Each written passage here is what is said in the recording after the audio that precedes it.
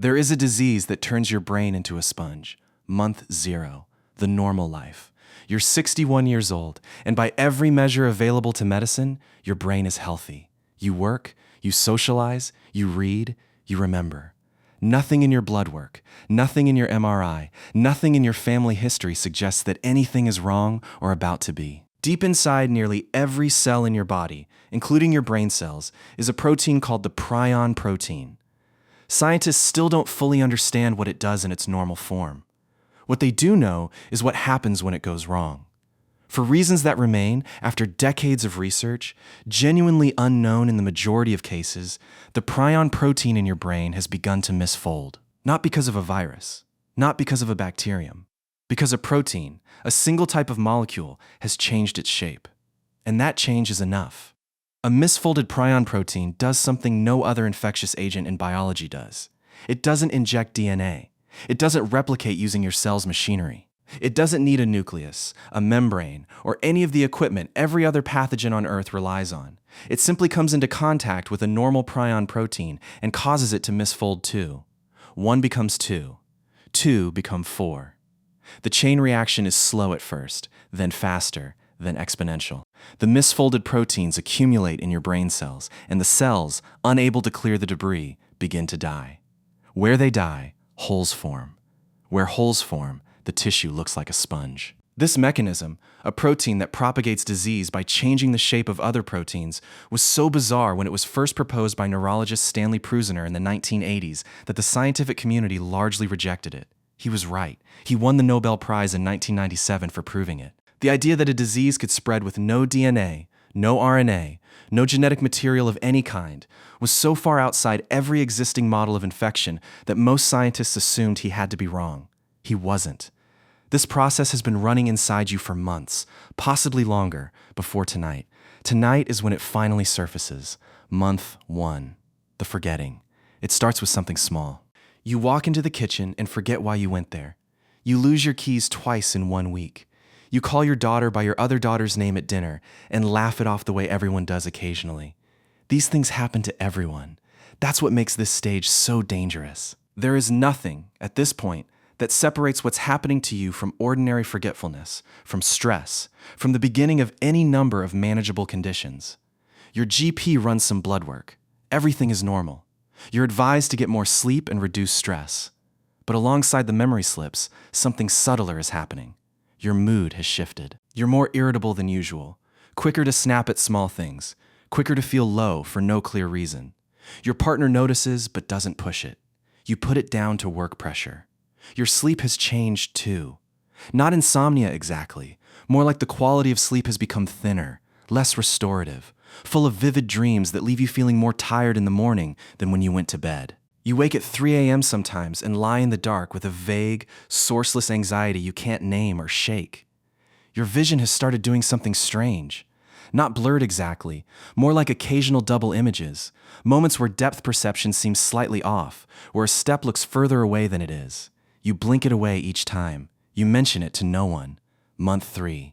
The diagnosis nobody expects. 3 months in, the forgetting has accelerated in a way that can no longer be explained away. You miss a meeting you organized yourself. You lose track of a conversation mid-sentence. Forget the word you were reaching for. Forget what you were trying to say when it comes back. You forget, for a moment, the name of a colleague you've worked with for 11 years. Your partner makes the appointment. A neurologist conducts an examination and orders an MRI. The scan comes back showing something that stops the radiologist. A characteristic pattern of signal changes in specific brain regions, the basal ganglia, the cortex, the thalamus. Not a tumor, not a stroke, something different.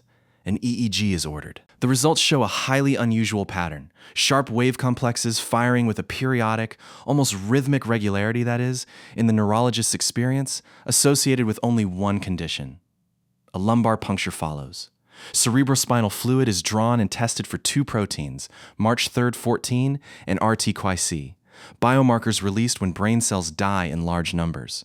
Both come back strongly positive. The neurologist sits down with you and your partner. She explains, carefully and honestly, what the results indicate. Creutzfeldt-Jakob disease, a prion disease, rapidly progressive. No treatment exists that alters its course. The average time from diagnosis to death is 4 to 6 months. You ask if she's sure.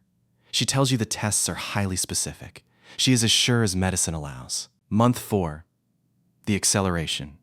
The month after diagnosis, the disease moves faster than any of you were prepared for, even having been told to expect rapid progression. The memory failures are no longer occasional. They are constant. You lose the thread of sentences you started 20 seconds earlier. You forget where you are in familiar rooms. You call your partner by your mother's name, then can't remember either name for a moment. New symptoms appear. Your hands have started jerking, brief, involuntary muscle twitches called myoclonus, sudden and startling, occurring randomly throughout the day, sometimes while you're sleeping. Your partner describes being woken in the night by the sudden jolt of your hand or arm. You're rarely aware of it yourself. Your balance has become unreliable. You hold the wall when you walk down the hallway. You stopped driving 2 weeks ago, not because anyone told you to, but because you understood, in one of your clear moments, that you should. The clear moments are still there. This is the part that people outside the experience rarely understand about rapidly progressive dementias. You are not gone. You are still in there, still aware, still yourself in the gaps between episodes, still capable of a conversation, still capable of knowing, with terrible clarity, what is happening to you. One afternoon you tell your partner that you know what this is, and you know where it goes, and you want to say everything you need to say while you still can. You spend that afternoon together on the sofa. You talk for 3 hours. Your partner doesn't leave the room once. The disease takes everything in uneven waves. The wave comes, and then it partially retreats. What it takes with each retreat is slightly less than what it took on the way in. The baseline keeps dropping. Month 6. The window closes. 6 months after the first symptom, the windows of clarity have become rare and brief. Your vision has deteriorated significantly. Objects blur and double.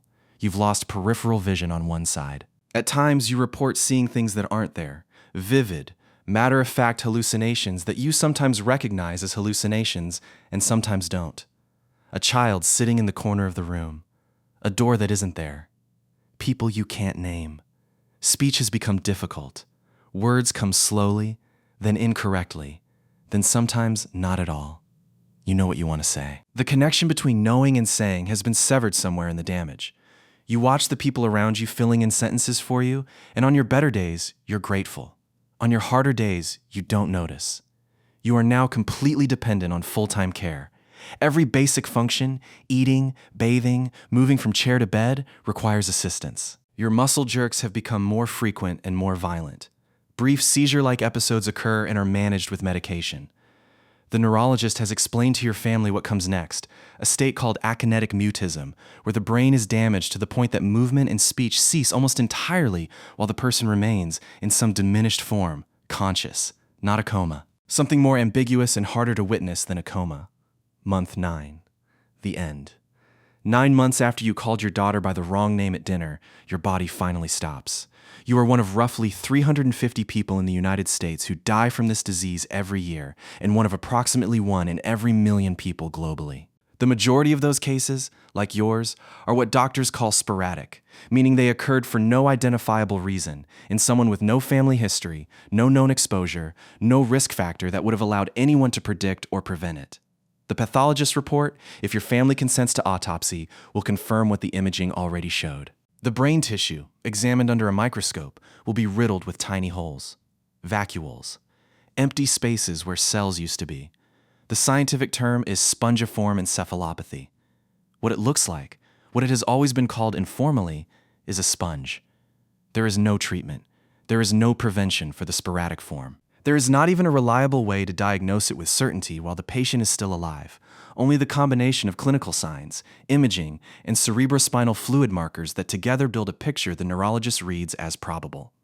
Definitive diagnosis has historically required examining the brain tissue after death. Newer tests, particularly a technique called RT-QIC run on cerebrospinal fluid, have significantly improved diagnostic accuracy in recent years, but the disease is still often caught late, partly because its early symptoms look so exactly like depression, anxiety, or ordinary cognitive aging. There is a second version of this disease, called variant CJD, which emerged in the 1990s and is linked to eating beef from cattle infected with bovine spongiform encephalopathy, mad cow disease. It affects younger patients, progresses differently, and caused enormous public health concern during the British outbreak of the 1990s. Around 178 people in the UK died from it. The sporadic form you have is unrelated to that outbreak, unrelated to diet, unrelated to anything you ate or did or were exposed to. It simply happened. That's the nature of sporadic CJD. It simply happens in 1 in every million people for reasons that remain, at the deepest level, unknown. And somewhere right now, in an ordinary life that looks nothing like a medical story, a 61-year-old person just walked into their kitchen and forgot why they went there. They'll laugh it off, the way everyone does, the way you did. Most of the time, forgetting why you walked into a room is just forgetting. The human brain is not a perfect machine, and nobody can tell from the outside when ordinary forgetting ends and something else begins. That's what makes this disease, more than almost any other, so quietly devastating. It looks like nothing, right up until it looks like everything.